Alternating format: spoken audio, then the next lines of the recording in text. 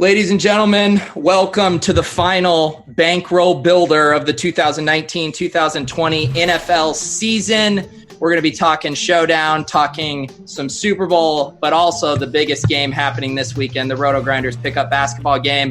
Haven't been able to do full Swolecast these past few weeks, so I thought, why don't we get a two-man Swolecast crew going here? I am joined, of course, by MrTuttle05. How you doing, Tuttle? I'm doing well. I mean, Kitchen's on the other side now anyway. We can't have him and David. Like, imagine Davis trying to play basketball. I thought for a second when they were figuring out how the game was going to work that if it was going to be 3-on-3, we could get a Swolecast 3-on-3 going, an all Swolecast team, but that's not how it broke. Yeah, I was kind of thinking we would have same as you, have a shot at a Swolecast team, but it didn't happen. Yep. So if you guys aren't paying attention, there is this basketball game going on. Tuttle and I were drafted by Big T. I think Tuttle was grossly undervalued in that draft, slipping to the third round. I heard you've been playing with a big chip on your shoulder, and I definitely think you have a case. Yeah, huge chip on the shoulder. I mean, it's not like I'm any good at basketball, but still, I can make it up and down the court. Which, I mean, there are some people drafted, earlier on that I don't know if they can even do that. I know. Oh, I just realized I forgot to tweet this out. So I'm going to multitask a little bit and bump this. So our team, who we got Big T, me, Kirkwood, Tuttle, our producer, D-Train on here. Right. And then I feel like I'm forgetting some guys he drafted but aren't necessarily going to play. Chop. We got Chop. And then Mangone, and we drafted Hoop. He wasted a pick on Hoop, who's not going to show up. Do you got a scouting report on Chop? Any ideas? I don't. I feel like he might have the old man strength. I don't know, though. I don't have a huge scouting report on it. Yeah. So I feel very good about our team, but as you've been seeing today, Dan, our captain is out of control right now, okay? He's en route to Nashville, theoretically driving, 65, 70 miles per hour down the highway. He apparently has gotten like 3 Honda Sonatas worth of action down on the Niners. He's posting screen grabs from his high school championship newspaper write-ups. He's in the RotoGrinders Slack. He's saying he's going to play basketball tomorrow. When we have all he's doing too much. What is his deal right now, Tuttle? I'm concerned. It's too much. I mean, we see DB. I mean, granted, he's not as old as DB, but DB was already out there and tore a calf muscle. Yeah. We see Roth threw his back out. I mean, he's tempting fate. Big T is. Big T's tempting fate for sure. Yeah, I don't know what he's thinking. I hadn't heard about who is he playing basketball with tomorrow. I think him and JSU, who I haven't seen play, are playing for $1,000. Oh, they're playing one-on-one? Yeah, they're playing one-on-one for $1,000, I heard. Goodness. See, I was starting to train for this mile prop bet I was going to do with Big T, and then I had 2 issues. One, I was training at a track, and there was 6 inches of snow, and I'm like, what the hell am I doing right now?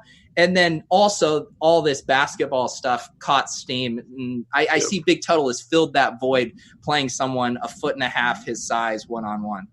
Yeah, I mean, he would just back him up or should back him up the whole game. What was your bet? You were going to give him like 2 laps on a mile or something?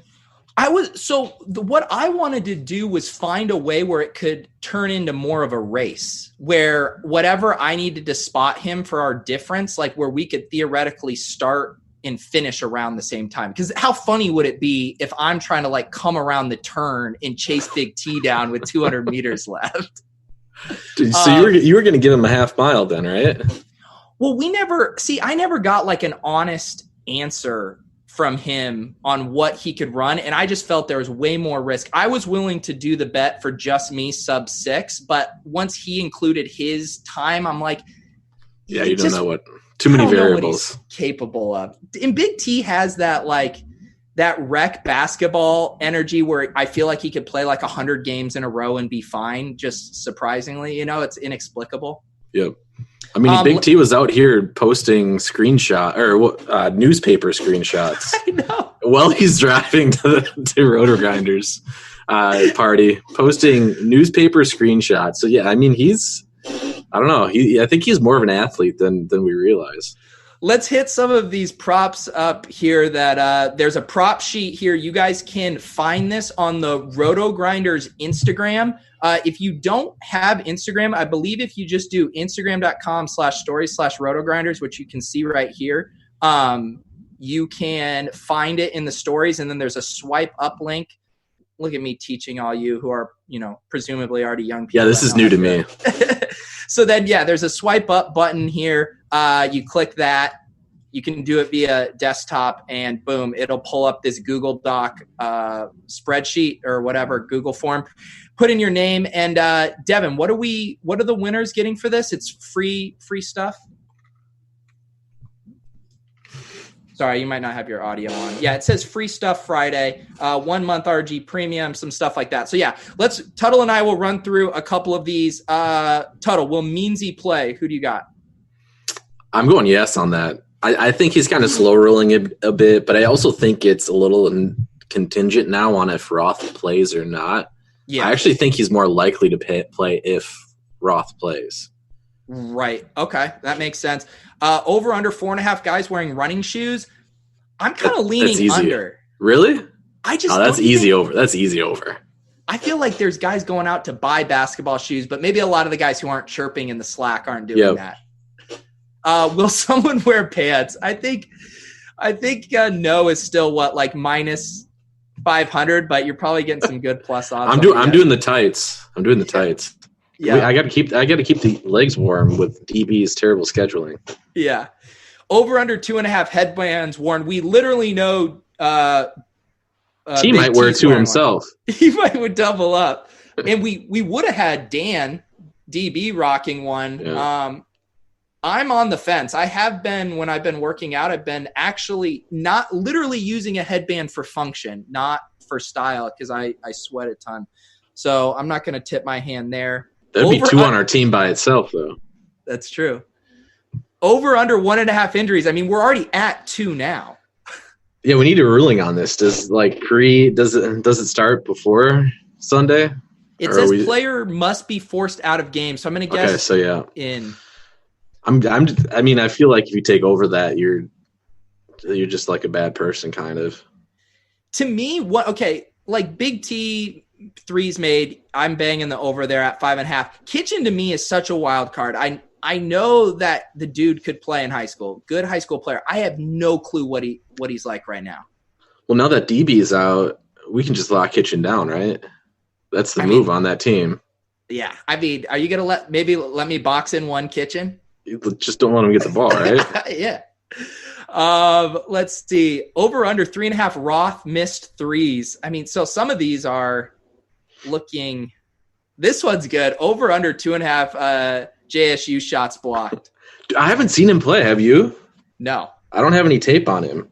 No. I mean, he impressed last year, supposedly. I didn't make it out last year, but supposedly he tore it up last year. Yeah. Over under 0.5 Overzet TikToks created. Can't tip my hand there. I got a TikTok account too, just for this event. That's true. You guys got to follow. What's your handle on TikTok? We'll allow the plug. I mean, my video almost has as many likes or views as your top one. I'm not gonna brag about it or anything. At MrTuttle05. Here's the thing. My TikTok audience, I create content on TikTok that's only appreciated by people on Twitter. That's kind of the that's the problem we're dealing with here. Most total points, Gary, Crane, and Brian. Most total. Who's Brian? Do I know Brian? Gary's the real old guy, right? Yeah. Oh, Brian Cruisin. Okay. I don't know on that. I'll take Brian on that. Yeah. Some of these are good. Total points, Head Chopper versus JJ Dunkel. That one I feel is a good he's talking a lot. He's talking a lot of crap in our chat. Yeah. I could see Dunkel being able to get a nice little mismatch in the post. He seems like he could. He seems all right.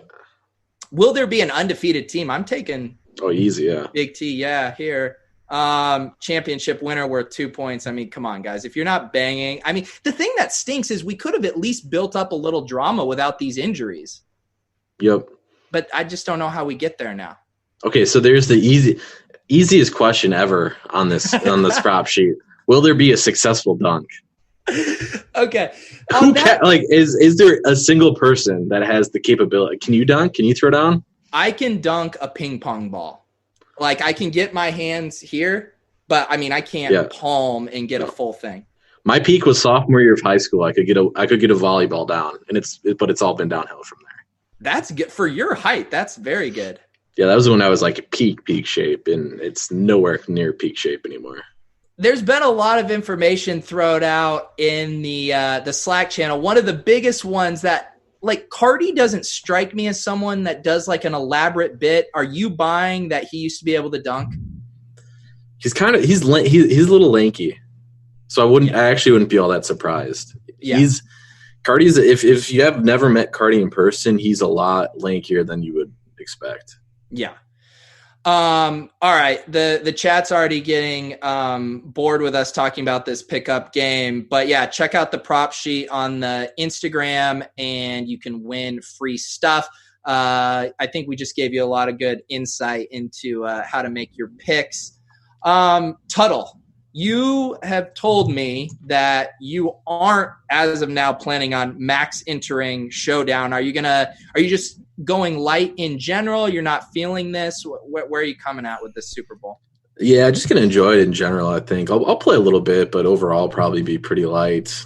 Definitely not grinding it as much as some of these guys, like Big T out there with a $76,000 Stake Kings package. Not me. That's not gonna be me. That's for sure. I've looked it over, and we were talking a little bit about it before the show. There's not a whole lot of angles to shoot on DraftKings that haven't already been like beaten to death. And on FanDuel, I really think the only angle you can shoot is basically leave like $4,000 on the table if you're multi-entering. I think that's really the only move on FanDuel. But yeah, I don't know. It's not all that interesting just because of the pricing, I don't think. FanDuel is such, I mean, my only FanDuel I'm playing is the free roll that RotoGrinders has for the Super Bowl party. So I went to, make my line. It's like the most uninteresting format ever. I couldn't get excited even making my free roll lineup. You'll win a great. I spent a couple minutes on that. Yeah. Well, the other thing that just stinks is like I was trying to, I feel like on FanDuel, some of the chalk lineups are so obvious. And then I'm like, oh, well, I can differentiate it with the captain. I'm like, but when you don't have to pay up for the captain, I'm like, can I really justify putting in Kittle over Mahomes? Like, it just feels, I don't know.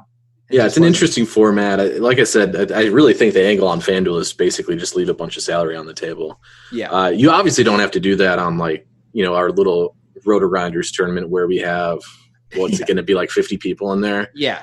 Like smaller tournaments or whatever, you don't have to take that approach. But if you're multi-entering that $9 tournament with $1 million up top, and it's such a top-heavy prize pool, you don't want to split it.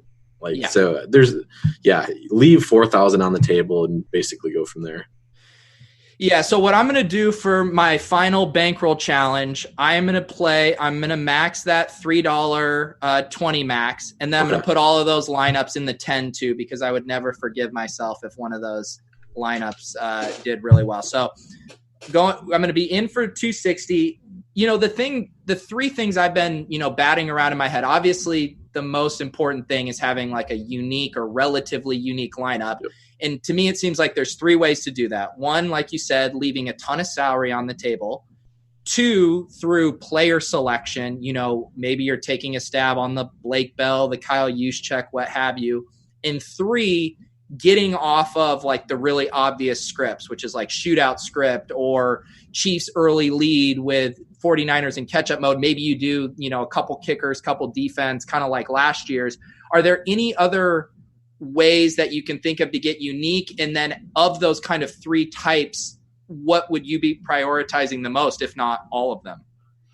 Yeah, I guess the if you think you could do the San Francisco kind of just controls the heck out of the clock type of thing, kind of like they did against Green Bay. It's not going to be nearly that successful.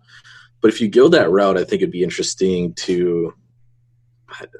It sucks doing it. I even hate talking about it, but like playing two San Francisco running backs together. Yeah. There is a scenario where Coleman and Mostert combine for 20 carries or so, 20 to 25. And if that's the case, it's possible both are in, the game win or the winning overall lineup, but it's ugly. I think there are some, you'll have to, I think that is the preferred approach though, is kind of going across or going away from the optimal build. I think it's on DraftKings because of the pricing. I think it's pretty obvious that kind of the build is going to be including like a George Kittle, a Jimmy Garoppolo, just because they're so cheap. Yeah. I don't think Tyreek Hill is going to be in the most normal builds just because he's so expensive. So I think just finding guys outside of the normal build patterns are going to be kind of the guys that you want to go overweight on. So Tyreek Hill is the guy that's the leading candidate for me in terms of if you're trying to get, unique lineup construction, I think. Yeah. We got Yes Man in the chat wondering where everyone's at. You cowards, no more lurking. Reveal yourself in the chat if you are there. Where are you leaning on the Tevin Coleman thing? Do you think he's going to go?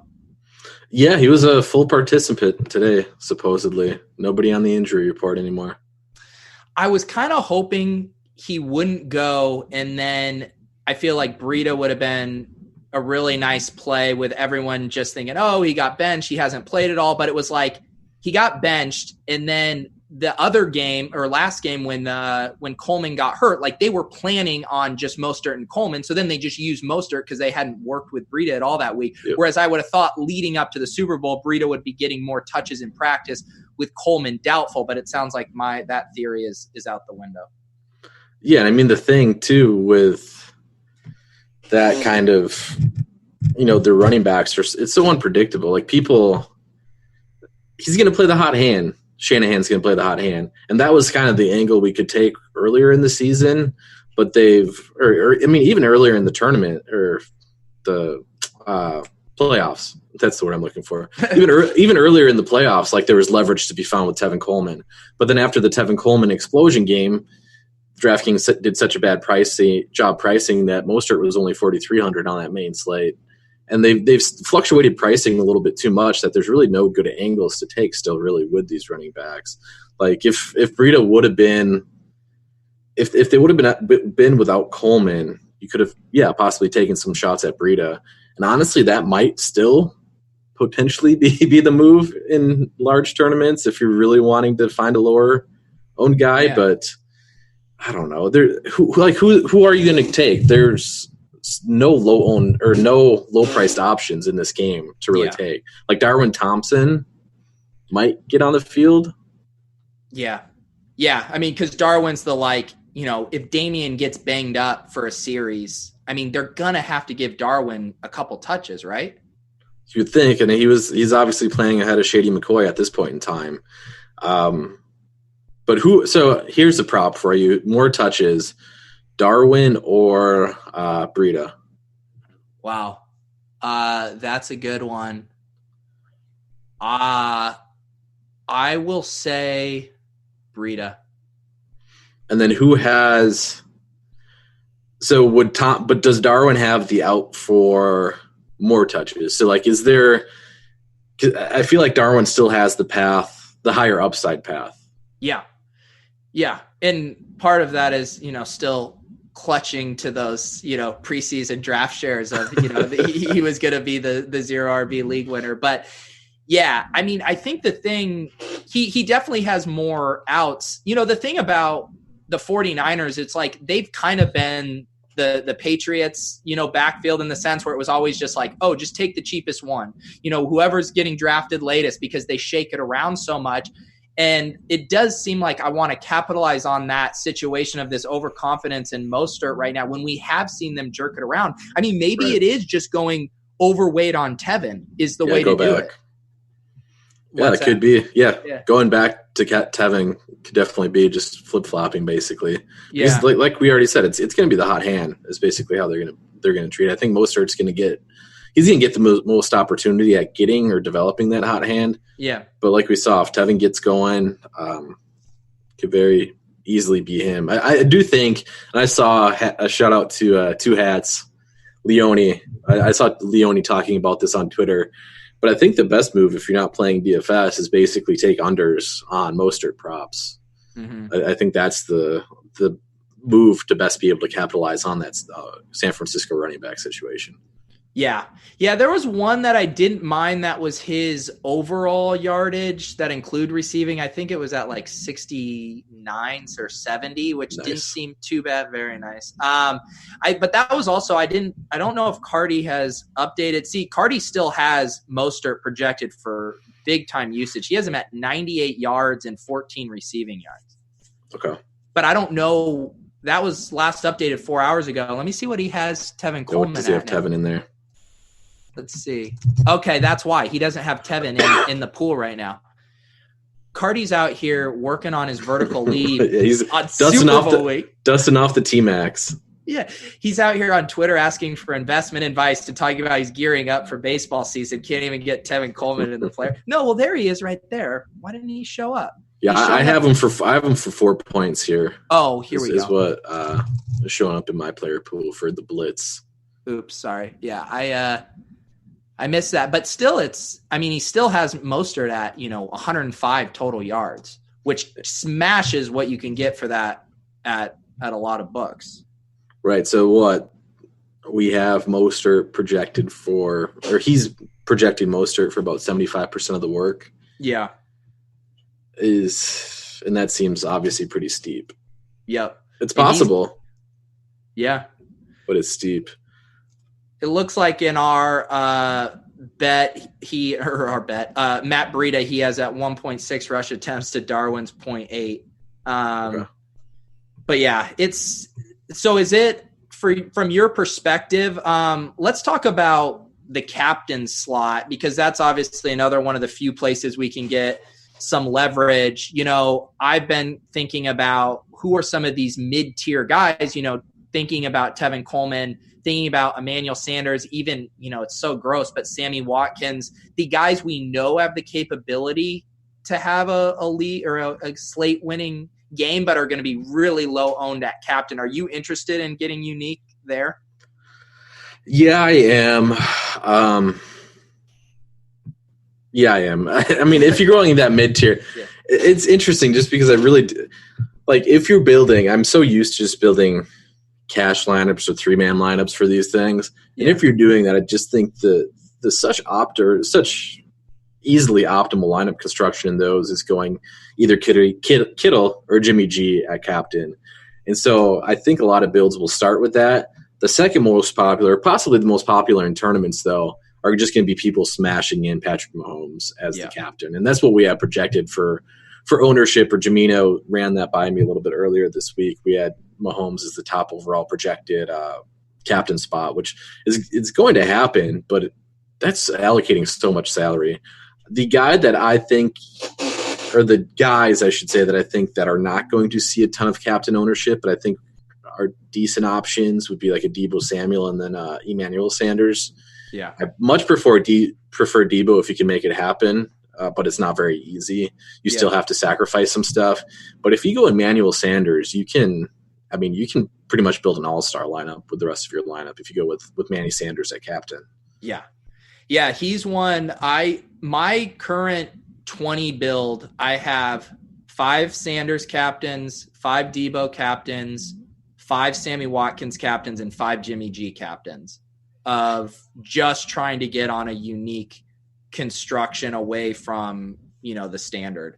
Yeah, and Jimmy G, I think Jimmy G will be popular for those that utilize projections and projection sources to optimize their lineups, but I don't think he's going to be a very popular casual selection at captain, just because of what happened last game and kind of recent memory. He hasn't had very many spiked performances, so I don't think Jimmy G is going to be all that popular in terms of casual captain ownership. Yeah, but I do think he'll be fairly popular with those people using projections.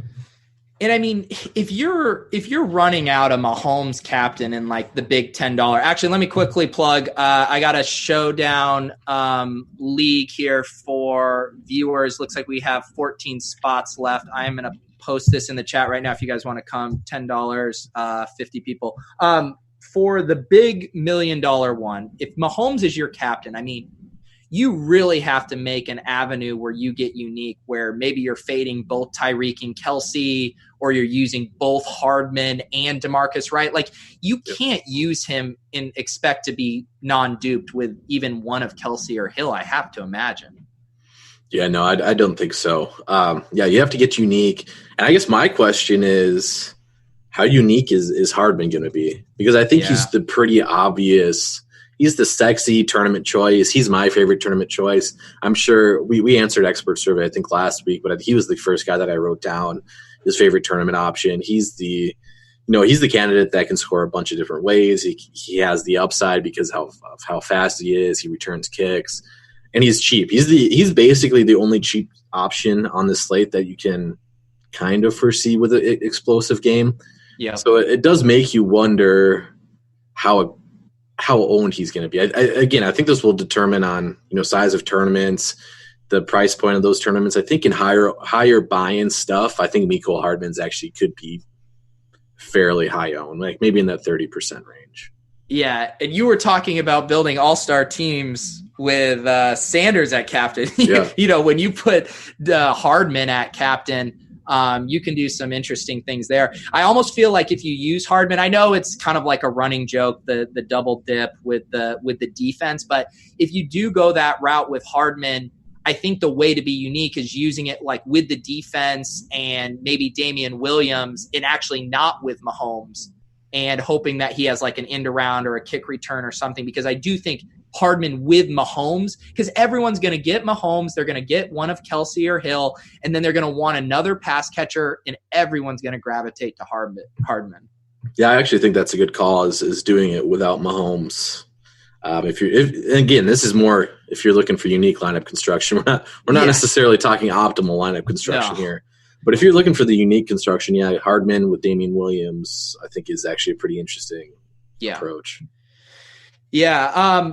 Also, if you guys didn't see, Eric Beimford did a Slate IQ article looking at kind of historical trends for these type of games. And I always like looking at that stuff because he talks about, the most optimal allocation for how many Chiefs or how many 49ers you're using in a lineup. And he did it for a couple different script scenarios.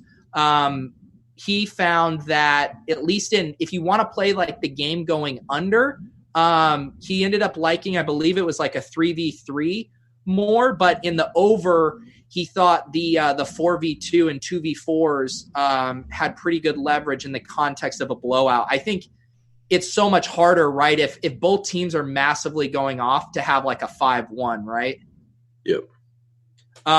So that's something to think about too, is just the amount of teams you're allocating. I assume, how popular do you think 4 49ers and 2 Chiefs will be? Do you think that can get you unique right off the bat? Yeah, I think so. And that's kind of the approach we were talking about a little bit earlier. If you think the 49ers, or if you think there's a scenario where the 49ers can control the clock, not necessarily to the extent that they did against Green Bay, but kind of similarly to that, then that's kind of the lineup construction or the build that can automatically lead you to kind of unique construction. Yeah. Cobra in the chat, can Mahomes really not be in a winning showdown lineup? The issue isn't him being in a winning showdown lineup. I think we would both agree, or most of us would agree, that he probably will be, but it's that you're going to be splitting that lineup, 250 different ways. And depending how many lineups you're putting in, it's just a bad return on your investment. We're not saying it's a bad play. You probably will be in the winning lineup. It's just, how do you build a lineup that you don't have to split with 500 other people? Let's see. What else was I going to say?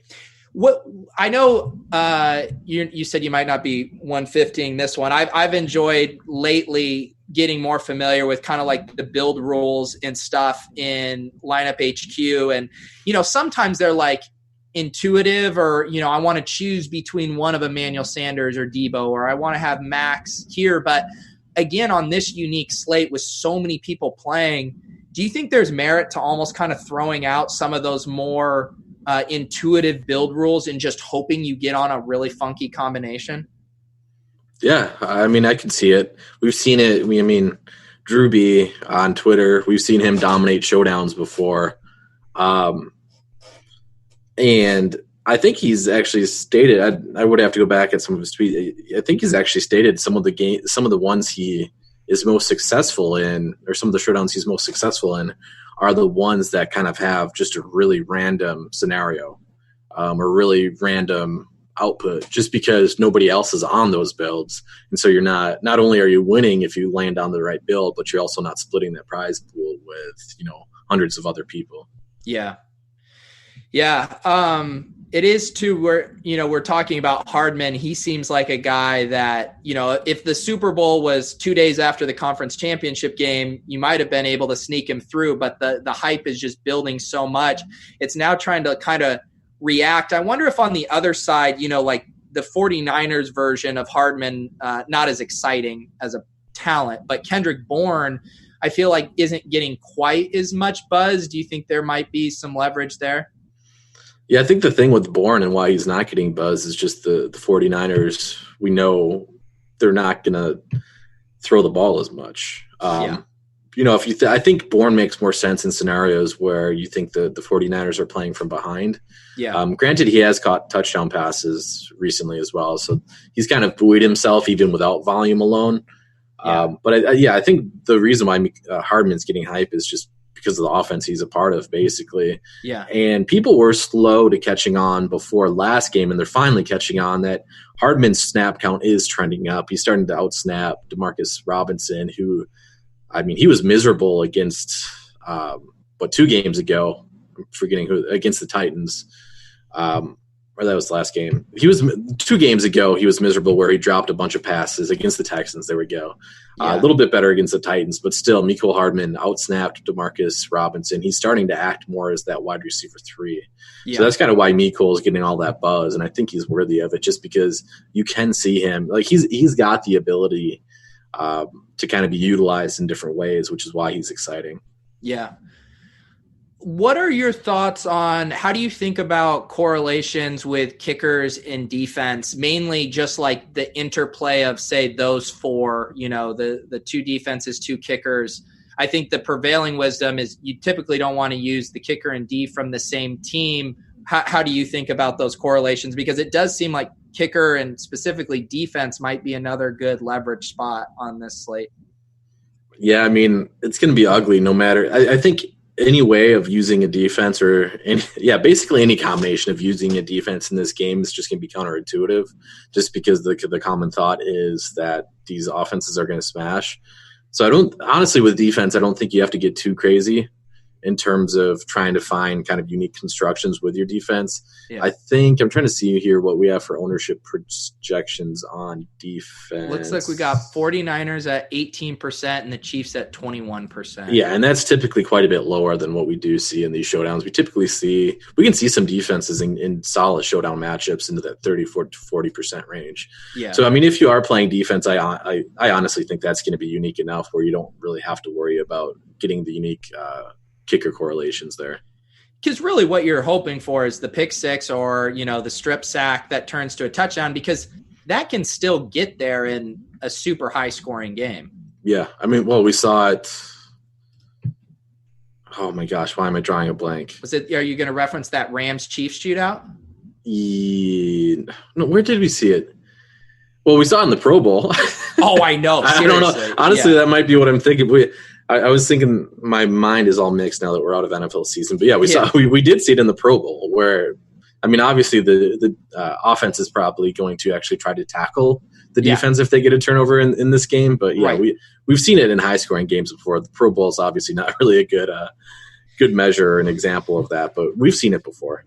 Right. And I think the thing that I could see happening is, where I have pulled up right now, just looking at the descending salaries, and it's not, again, it's like running a race, right? Like you don't have to break a certain time barrier. You just have to beat all the people in the race. And I think a lot of people, Hardman becoming such a sexy name now, people still like DeMarcus, maybe a little Bourne, but you're looking around here and it's like, could, the Chiefs defense outscore? Mecole Hardman. I mean, of course they could. And if you have any leverage there, you're just trying to pick, the one or two guys down here that are going to outscore the rest of these bottom feeders. Yeah. And I mean, you did the comparison of the Chiefs and Hardman, but like 49ers and Bourne, I think would even be more like, 49ers defense, they can generate pressure. They can definitely, outscore Kendrick Bourne for that same price point. And I think that's why it's such like a mind trip with these things, because I think we're all naturally gravitate towards these correlations of like, okay, I'm using the defense, which means it's a low scoring game and I have the running backs in there. But I think you can still tell yourself a story, if you will, of, the 49ers getting a pick six and this game still, being a 60-point shootout. All right. Let's see, Tuttle. You wanna build a lineup? Actually, no. We need a terrible take. I primed you for this too. You primed me, but what can my terrible take be? We've already talked about it. Like Mecole Hardman can't be my terrible take, and he's the cheapest guy that I would like feel confident playing. I don't feel confident with Matt Breida getting touches. I don't feel confident with Darwin Thompson getting touches. I was hoping you would come in with the 150 Dante Pettis lineups. Let's go. Just a true old school Tuttle, jamming in the obscure guy. But a guy that's going to be on the field, Richie James, baby. Where's your Richie James San Francisco defense combination? Well, wait, am I outing oops, he was in my excluded pool. This is bad, Tuttle. Richie? Richie. Oh my gosh. So what, he's their kick returner, right? Yeah. Yeah. So you're, if you're thinking, talk about a leverage. That's the double dip no one will have, right? Richie James with the 49ers D. Pretty much. Yeah. Let's see how conference championship game. He 4 on punt return. He had 4 snaps on punt return, 4 on kick return. Yeah. There's your double dip. He lined up out wide twice. Here we go. This is how you build a lineup. Richie James, captain. You go 49ers deep. Then you go Mahomes, Tyreek, Damian, Kelsey. Log out. You can't do the cap. You can't do the captain. He's got what is he the only 200? I haven't even looked that close. Is he the only 200 player that will be on the field though? That's the thing. I literally didn't know about Daniel Helm. Yelder might be. Sherman will be on the field, right? Yeah, Sherm could vulture a touchdown there. We got Bobby Gomes in the chat. He likes San Francisco Mostert. I think Mostert's kind of interesting in that, to me, this goes back for me of how weird this DFS season has been, where it's Will Fuller stinks for 5 weeks and everyone's on him, or Diggs blows up for a 50 burger. No one plays him the next week because they don't like the matchup. It's the prevailing thought would be Mostert coming off of this absurd game in the conference championship. Everyone's going to jam him in. And yet I kind of feel like people are just now no, they're going to be behind and they're going to have to throw a lot. Could Mostert potentially come in under what he should be?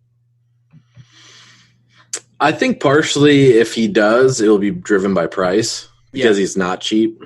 So, yeah, we still have him projected as the 4th highest owned player on the slate. Yeah. Still even at his price tag, which I think that could happen. But, I don't think he's going to be he's not going to be unowned. Yeah. Underowned, I guess, would be your definition of underowned. But I don't think I don't think he's going to be underowned to the point where you're going to he's some unique player or anything like that. Yeah. All right. Yes, man. You see in my account, I have $14.85 left. I do reserve the right to reload again. This is what happened to me, Tuttle. The beginning of the week, I had my I'm in lineup HQ. I'm looking at my exposures, setting up my build rules. I knew what I was going to play. Locked in. Then I enter the point in the week where, you see something on Twitter, you hear someone, oh, that's interesting. And you start just firing off lineups on your phone, just one-offs. That's when I know I'm in the dangerous portion of the week. And so to your point, yes, man, when this show is over, I will fire off a Ricky James captain team for you. I just went through it real quick. So if you're looking for somebody that's going to be cheap, that's on the field, your basic options are Blake Bell, the Belldozer. He's going to be actually on the field, and Richie James. Yep. Those are pretty much who's going to be on the field. In the conference championship 2 weekends ago, Yelder was only on the field for 2 snaps, did not run a route. Yeah. And Sherman was only on the field for 6 snaps. Yeah. So, yeah, Richie James, I guess, is like, he's going to get a touch. Yeah. And again, I mean, we're talking too, like, if you're trying to win $1 million here, like you can go with the siege logic, right? Like you can say, let's do some builds where Damian Williams gets hurt in the fourth quarter and we play a lot of Darwin Thompson. I mean, that's probably the kind of logic you're going to need to really ship it, or Ricky James, captain. All right, Tuttle, let's build a lineup here. And let's build it through the framework of trying to win $1 million without going total galaxy brain. I will let you start. You can either jam a flex, you can take the captain. It's to you. I mean, I'm just gonna go Richie James in the flex. Okay, I like it. I'm not gonna captain it, but I'll go flex. Oh, oops, see, even I just forgot to tab over it. It still put him in there. See, it's just I'm good on that. I don't think he has quite enough in him to be an optimal captain build. I mean, he'd have to return 2 touchdowns, right? Yeah. Okay. Or his touchdown would have to be like an actual offensive play where he catches a long touchdown or run, gets an end around or something like that. All right. So if you go Richie James, I will pair him up with the San Francisco D, because imagine if he returns one and we didn't get to double dip, but we would never be able to live with ourselves. So we're already I would say we already are covering 2 of our boxes of having off-the-wall plays to get unique and an off-the-wall game script. So we're checking a lot of boxes. Is it time to get some chalk in, or what are you thinking? Well, this build just wants to make me go Mostert captain. Because I do think that's the build here. Question, why is it like there's always ownership projections, but I never see anyone do specifically captain ownership projections? Do we have them? We have them, yeah. Is that in my – so I thought, see, but isn't this the same? It's not on your HQ, though. Oh, okay. Where are those? Those are on our projected ownership page. Okay. Things you learn. Make videos all year for RotoGrinders and didn't know that the captain there. So I just learned something. I will check those out.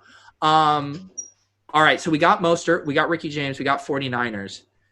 I'm guessing we're done with Niners, right? Yeah. Yeah.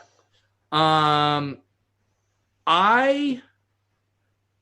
feel like we can definitely eat some chalk here. I mean, I guess the question I have to talk through, I'm curious your thoughts. If we are projecting this script, I mean, we can still play Mahomes, right? Because if they get down, say they're down 2 touchdowns, I mean, he's going to throw the ball like 60 times, right?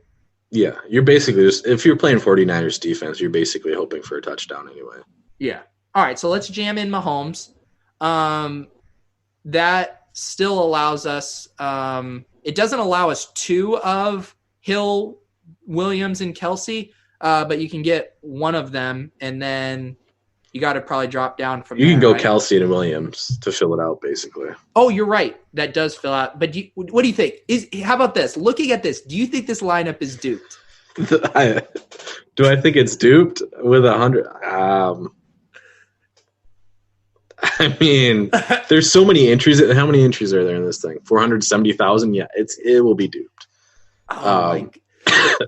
So it'll be duped, but I think I agree with you, but I probably like 2 or 3 dupe. And then if you were to drop down from Kelsey to Williams to anyone else, you're probably not duped. Yeah, once you're starting to leave the 1,000 on this table. Richie James with 1,000 left on the table. The problem is, though, you can't – if there was like I'm not dropping down to Sammy. Screw that guy. Yeah. Like maybe drop down Mahomes to Tyreek. Then you're not duped. So you run out, okay, Tyreek, Kelsey, and Williams, and just assume like Mahomes throws 3 interceptions or something? Or even in this build, if he throws 3 touchdowns or 2 touchdowns, yeah, you're still fine. If those touchdowns are funneled to Tyreek and Kelsey, you're fine. Yeah. So this is the ultimate. This lineup is basically the ultimate. San Francisco gets to an early lead. They're milking clock, and Kansas City's able to get yardage but not score lineup. Yeah. Basically. And see this. I mean, this is the kind of the fun thing about the showdowns is that this lineup, you can't. I mean, the Richie James thing is obviously absurd and like a needle in the haystack thing. Yeah, we don't want to get too aggressive with that. You don't want to get too aggressive with it, but at least we can pretty confidently look at this lineup and say there is a path that this game script could go, and it won't be duped. I mean, that's like the best you could. There really might be like a for. 1% chance that it breaks this way, but hey. Well, and the other thing you could do, and I would say, like, you know, if I were going to do this, I would probably cycle through some a couple of these other cheap guys in the Richie James slot, just being like, I kind of like this script with Mostert and 49ers. You know, maybe I throw in a use check, you know, or something there. Or maybe you do go up and you get a Tevin Coleman and you come down from one of these guys or something like that, that double running back you were talking about, just something to get you on a unique script. Yeah, we got Brian Winchester in the chat wanting us to drop down from Kelsey to Hardman. You and everybody else, brother. Yeah, Hardman is That's going. the move there. What do you think he's going to end up being? What do we have him at right now? Ownership. We have him 27%. Could you see that being as high as like 35 by Sunday? Again, I think it just depends on type of contest. Yeah. Because I do think like the $10 is going to be so many casuals. Yeah. That I don't think his ownership's going to go out of control. Yeah. But yeah, I mean he's pretty clearly the cheap option where, you know, once you get to higher stakes and guys that aren't just doing this casually, I think he'll be pretty high owned for sure. Yeah. All right, guys. Well, hopefully we gave you some food for thought. Every time you Richie go to James, baby. Richie James, yeah. Every time you go to put Mecole Hardman in a lineup, just slap yourself on the wrist and be like, no. And look, I'm talking with the caveat of if you want to win $1 million by yourself, then Mecole Hardman is probably not okay to do it unless you're willing to get really aggressive with a different script. Tuttle, any final words about people as they approach this Super Bowl Sunday? I got nothing. I mean, if Richie James goes off and scores a touchdown, make sure to add us. That's right. And if he doesn't, we'll be too drunk to care. Tuttle, what any other final words for this big pickup game going? You know, Team Big T looking strong for now. Yeah, I think they're gonna regret passing on me the first couple rounds. I'm coming in with a chip on the shoulder. Yeah, and I think we're gonna steamroll pretty easily. So. Yep, I believe there will be some footage. I saw someone asking if there was going to be a live stream. I don't know about that. I think they're going to get some footage. I'm sure there'll be some periscopes. Tuttle is going to be grinding the TikTok streets for sure. And let's see. Oh, one other thing, guys. Sharp Side, they have that app pick contest going. I believe it's after you get 5 correct picks in a row, you start getting paid out on those. I've seen some screenshots of people already in the streaks there. Tuttle, you been grinding any prop bets? I got my streak up to 3, baby. There it is. Yeah, I got the deets here. Yeah, you get paid when your streak gets over 5 for your lock bets. Anything minus 140 or less will get you an active bet there. So definitely check that out. Shout out to our producer, D-Train, a.k.a. a member of Team Big T. We got 3 of our starting 5 right here. I mean, I like this synergy we're building. I like it. All right, for Tuttle, for D-Train, for Team Big T, I'm Peter Overzet. Let your lineups tell a story this weekend, guys.